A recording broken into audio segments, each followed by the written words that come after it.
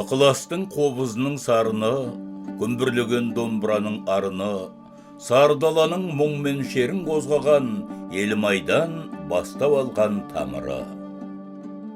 Асқар Сүлейменов, созақ біріншіден қария, екіншіден мінез, үшіншіден өнер. Осы үш ақиқат менің жадымда жаңғырып тұрады деген. Себебі бұл өлкенің тарихы тереңде. 1930 жылы адам шығыны көп болған ірі қозғалыстардың бірі созақ көтерілісі. Қан жайлаған Қаратау тауының теріскейінде жатқан өлкеде 10 шақты қалалар мен әулиелі жерлер бар.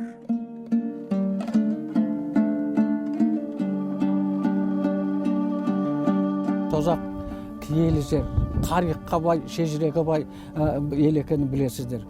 Бұл жерден үлкен ұлылар да шыққан, мынау Созақты теріскей деп атайды, Қаратаудың бер жағын. Қасиетті киелі теріскей елі, әсіресе мынау жаңағы ненің Қаратаудың теріскейі, бұл жаңағы бұнда әлі тұнық сырлар, ашылмай жатқан сырлар, ашылмай жатқан құпиялар көп.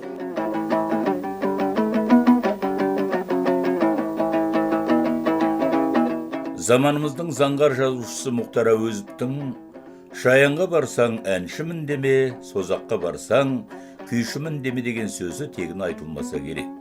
Шертпек үйдің шебері Сүгір Әліұлы, қобызшы Жаппас Қаламбаев, Төлеген Момбеков, Ергентай Борсабаев, генерал Асқаровтар Қаратау күйшілік мектебін қалыптастырды.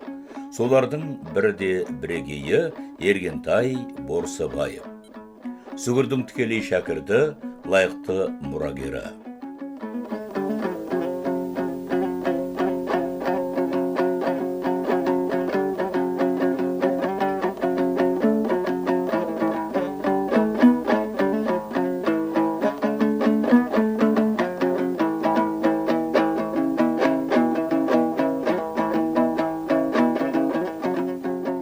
Ал Ергентай ағамыздың өзі сондай бір жаңағы батыр шалыс адам еді ол сөз.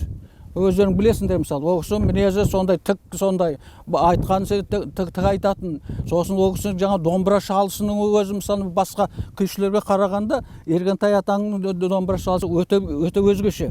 Ол тек қана Сүгірдің өзінен мынау Алланың берген талантының арқасында соның барлығын үйреніп алып қалды. Шу совхозында ол кісі жағы автоклуб меңгерушісі. Ол кезде Қызылотау дейді, сондай ұйымдарда істейтін. Менің есімде қалғаны 69 жылы қазан айында ауда бойынша өнерпаздар жарысы өтті. Шу совхозының өнерпаздарын жетекші болып, осы Ергентай Борсабаев ағамыз келді. Сөйтіп, Шу совхозы өзі небәрі құрылғанына 7 жыл болған, 62 жыл құрылған. Сол жиында, сол жарыста Шу совхозы бірінші орын алып шықты. Оған жаңа көркем өнерпаздар үйірмесіне жетекшілік еткен осы Ергентай ағамыз болатын. Сүгірдің күйін көп насихаттап, көп тартып, Сүгірдің ең жақсы көретін шәкірті.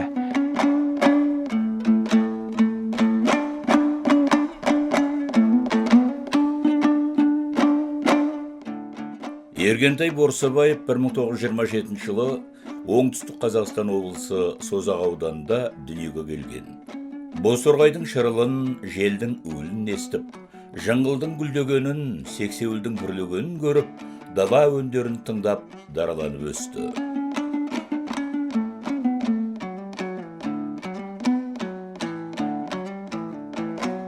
Сүгірдің қолында 8,5-9 жасынан бастап үйінде тұрып, қол баласы ретінде қолына суын құйып, Сүгір атасының жағдайын жасап, сонымен сол үйде өскен азамат.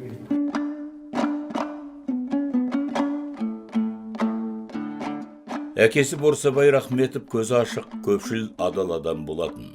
Қазақтың басына түскен ашаршылық кездері бір рулы елді аштықтан аман алып қалған. Соғыс жылдары ауылдық кеңестің төрағасы қызметін атқарып, халыққа талай шарапат тиген азамат. Жасаған жақсылықтары әлі күнге ел аузында.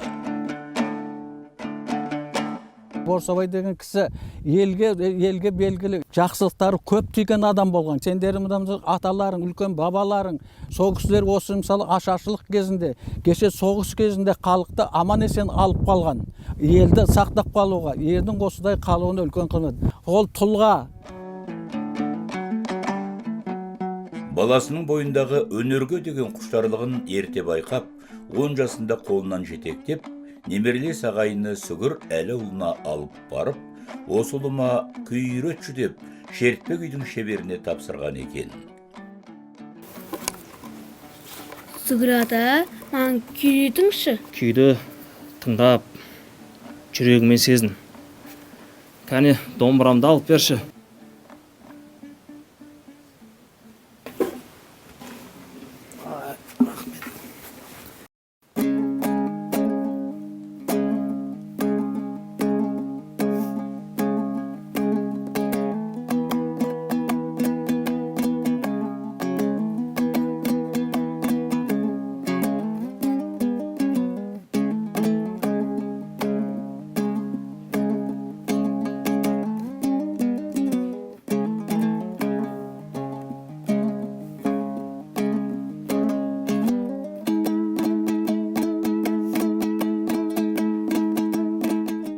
Талай тектілер мен дүлгіл күйшілерді тудырған Созақ топырағының төл перзенті Ергентай Борсабаев тума аталады.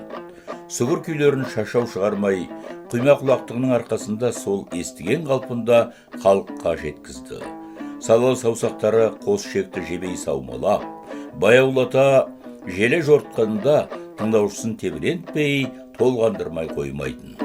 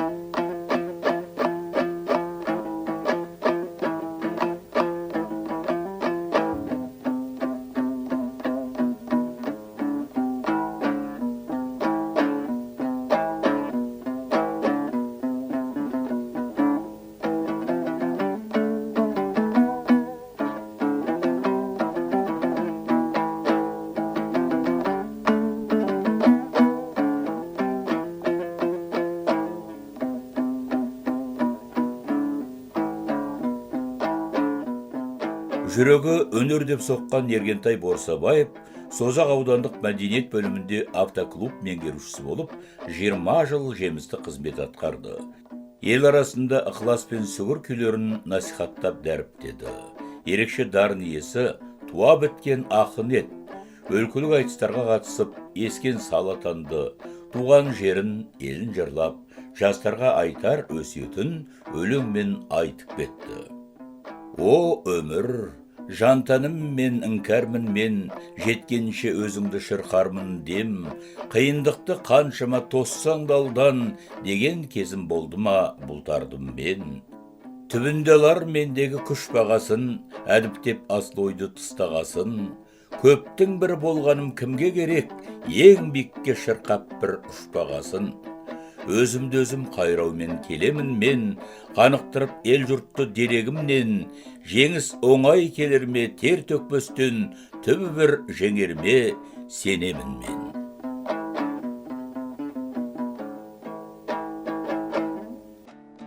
Балаң жақсы болса, жан мен тәннің шырағы деген қазақ. Ерекеңнің ұл-қыздары әкелерінің атына сөз келтірген емес. Әрқайсы алдарына мақсат мұрат қойып, өмірде өз жолдарын адаспай тапқан жандар. Үлкен ұлы Сыздық, Қазақ мемлекеттік сәулет академиясының түлегі, өресі биік азамат. Туған жеріне қолынан келген жақсылығын аяған емес.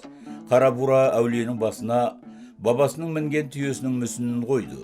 Асыл жары Шахизада атасының өлең термелерін жинақтап, кітап боп шығуына өз үлесін қосқан аяулы жан еді.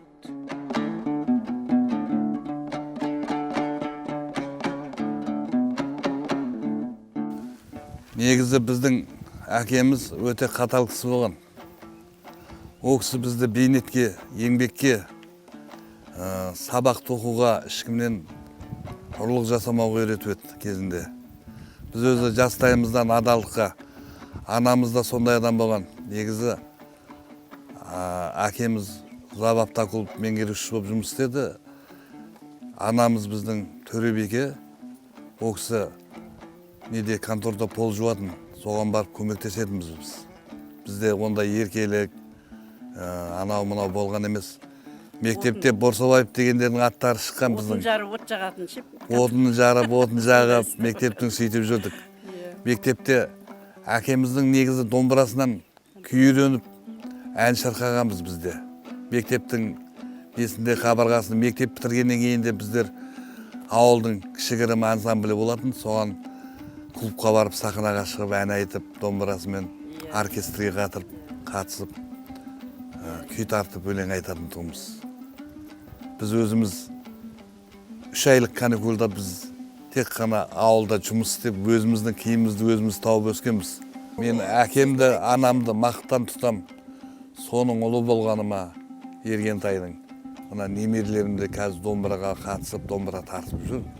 Біз өзі сыздық екеуміз әже баласы болып өсіп жаңағы. Әкемізге аға жеңге сияқты шешемізге сөйтіп қарап өскенбіз ғой енді, бірақ кейін енді қазір енді көздері жоқ, кейін өздері үлкейдік, содан кейін әке шеше болып есептеліп, әке шеше даже анамызды жеңге деп атағанбыз. Жақсы тәрбиелер көрдік, анамыздың ізімен, әкеміздің жолымен әйтеуір өсіп жетіліп жатырмыз. Немереліміз, бәлем баламыз бар, жақсы, бәрі дұрыс. Әкемізбенен анамыздың аттарының өзі неге тұрады, мен жаңа есім алып отырмын да. Ергентай, Төребеке, сирек кездесетін аттар, мағынасы, мәні өте жоғары. Арттарындағы ұрпағы жалғастырып атыр, немерелері жалғастырып атыр, қазір артынан домбырасын алып. Қазақтың өнері өлмесін, әкеміздің өнерін өлтірмесін ұрпақтары, сөйтіп жалғастырып алып кетсін.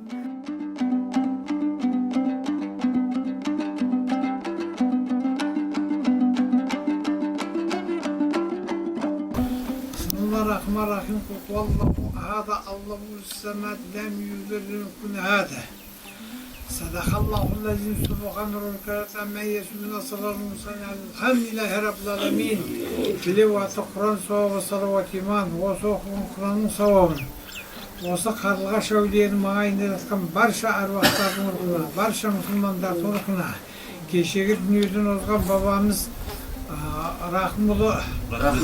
Рахметұлы Борсобайдың рухына, Борсобай атамыздың рухына, Борсобайды Ергентай ағамыздың рухына, рухтарды бағыштады.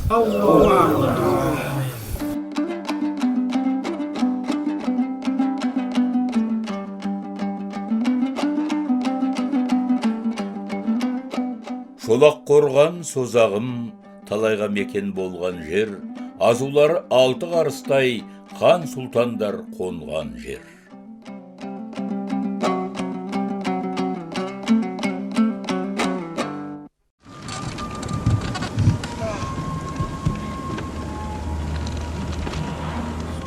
Консерватория аңғы күйші балаларға бара жатырсыз. Бұлар оқып жүрген балалар ма не білесіз? Оқып жүрген балалар, оқытып жатқандары бар ішінде. Профессорлар бар ішінде. Кеше анау мен директор ма тәмші бір қара бала. Декан дейді ғой, енді сол бүкіл қазақ өнері бар ғой, халық өнері дейді. Соның бастығы кешегі бала. Кеше мен әбжат келіңізде маған қатшы алын ғой. Ол сол енді. Ол өз негізі біздің танитын балам, өзі маған құшақтап. Күйші бала ғой, біледі ғой. Қазақи бала, жақсы күйші, мықты күйші атасы.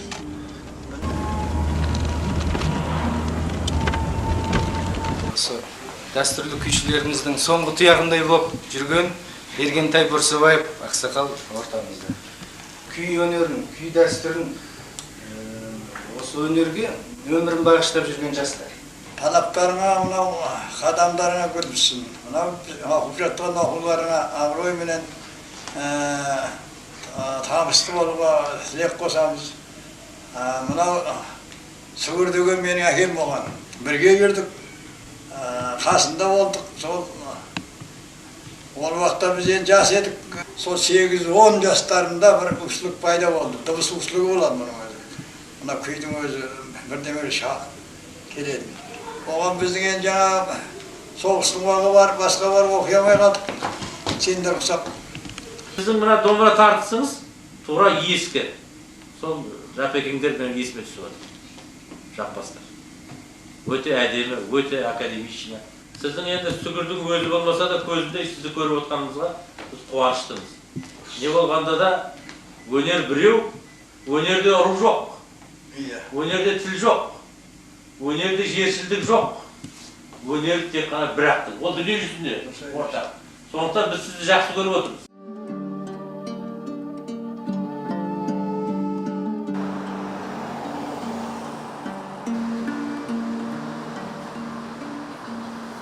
Жезқазғанның бер жағында Жаңарқа ауданы бар. Сонда бір қыз шыққан Балталы айменнен. Ona қыз айтыпты әкесіне, сонымен кім күйде жеңсе соған тием деген. Мына 5 жырғы деген шыққаны мынау 5 жігітті алады да қолбасшыға жібереді.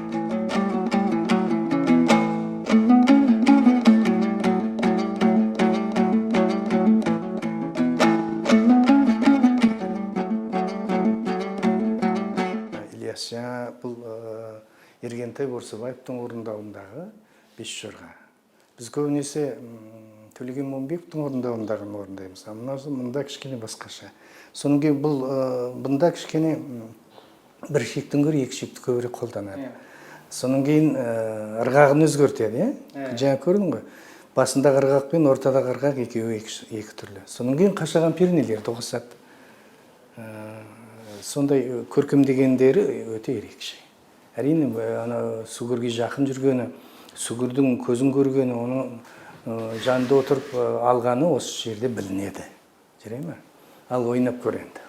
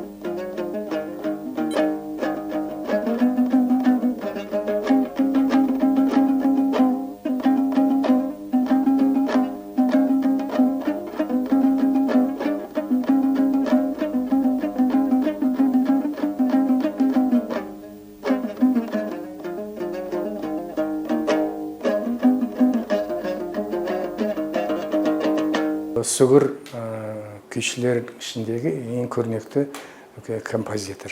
Сүгір ол Құрманғазымен, Тәттімбетпен, Дәулеткереймен терезесі тең тұрған, тіпті өзіндік бір мектеп, өзіндік бір орындаушылық үрдіс қалыптастырған ерекше күйші. Ал енді сол Сүгірдің шәкірттерінің ішінде, Сүгірдің жанында жүрген, Сүгірден тіпті бір ауылда тұрған, алыс жақын туысқан болып келетін шәкірттердің бірі Ергентай Борсыбаев. Ергентай аға Сүгірдің күйлерін кейбір осы 8 күймен шалып келді. Ергентай ағамыздың жеткізуін деп орындаймыз. Соның ішінде әсіресе Шалқыма, Сүгірдің 5 жырға, соның жолаушының жолды қоңыры, тил қоңыр сияқты күйлерін Ергентай ағаның орындауында біз балаларға, болашақ күйшілерге үйретіп жатырмыз. Ергентай аға туралы айтқанда ол кісі өте қарапайым, мен деп сөйлеуді білмейтін, тек өзін өзі көп насихаттамайтын сондай бір жан. Әсіресе ол кісімен әңгімелескенде өзі туралы айтпайды, басқа өнерпаздар туралы айтады. Өнеге тәлім алған ортасы өте керемет. Мысалы, Құлжабай ақын. Ол Қазақстанға белгілі Құлжабай ақын, Манап ақын, Төлеген Момбеков, Атабек, тағы да Сейілхан сияқты күйшілердің жанында жүрген. Сонысымен ол кісінің өнері бізге аса құнды. Ергентай аға туралы айтқанда айтпай кетуге болмайтын бір қыры оның ақындығы. Ақыны осы меніңше тіпті осы күйшілігі мен ақындығы бірдей тұрған сияқты. Ол бізге сондай бір ерекше күйлер жеткізген бір туар күйші.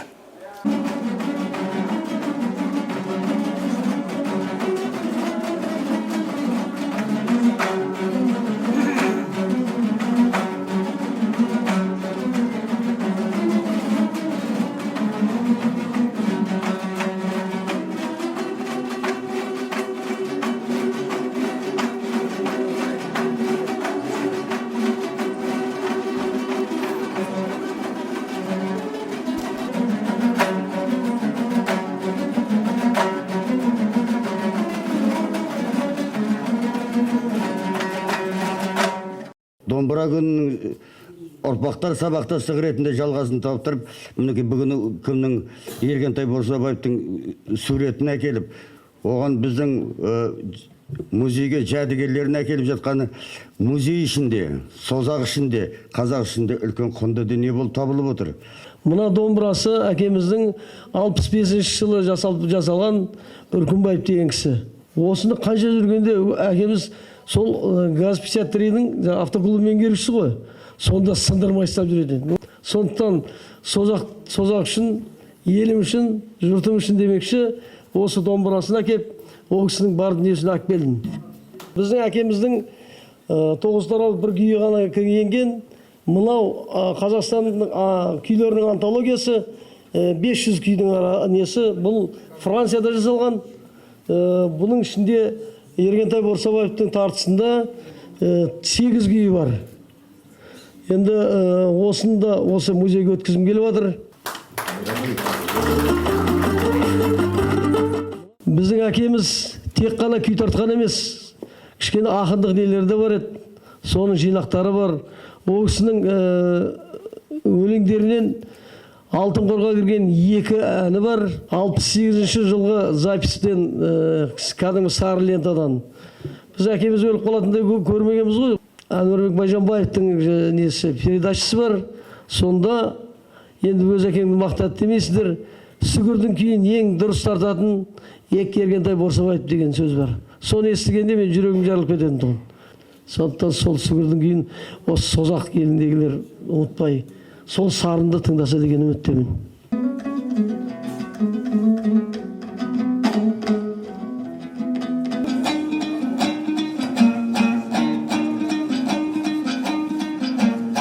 Сүгір күйлердің сақтаушы, насихаттаушы ретінде ол кісі енді қазір үлкен беделге ие болып отыр. Өйткені бүгін біздің музыканттар, біздің домбырамен орындаушылардың барлығы Ерекеңнің осы қасиетін, осы әділдігін, сүгірге деген өзінің әлгі өте берілгендігінің дәлелі болып отыр. 63 жылғы орындалған күйлері Жаулыбай деген ақсақалда болды.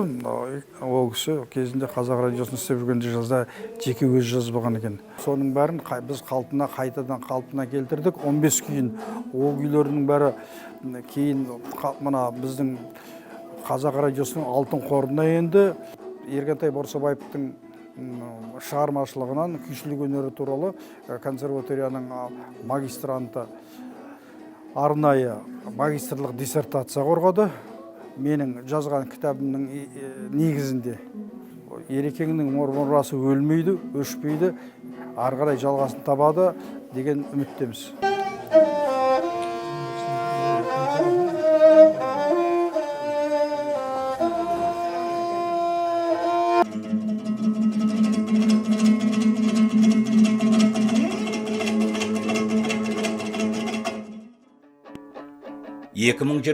жылы Света Қахарманқызы, Саян Ақмолда, Талғат Мұқышевтардың ұйымдастырып құрастыруымен Аманат қазақ күйлері антологиясы жарық көрді. 505 күйден тұратын кітапта қазақтың мың күйіне енбей қалған күйлер мен орындаушылар бар. Соның ішінде Ергентай Борсабаевтың да тартқан күйлер енген.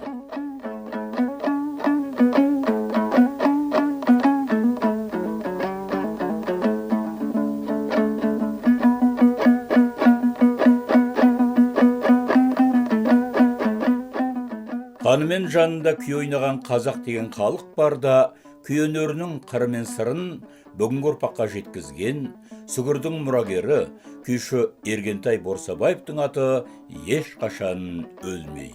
Қосбасары ыңғай төгі шалқыма, 5 жорғаны жорғалатты нар тұлға, Борсабаев Ергентайдың күйлері тастап кеткен қазынасы халқына.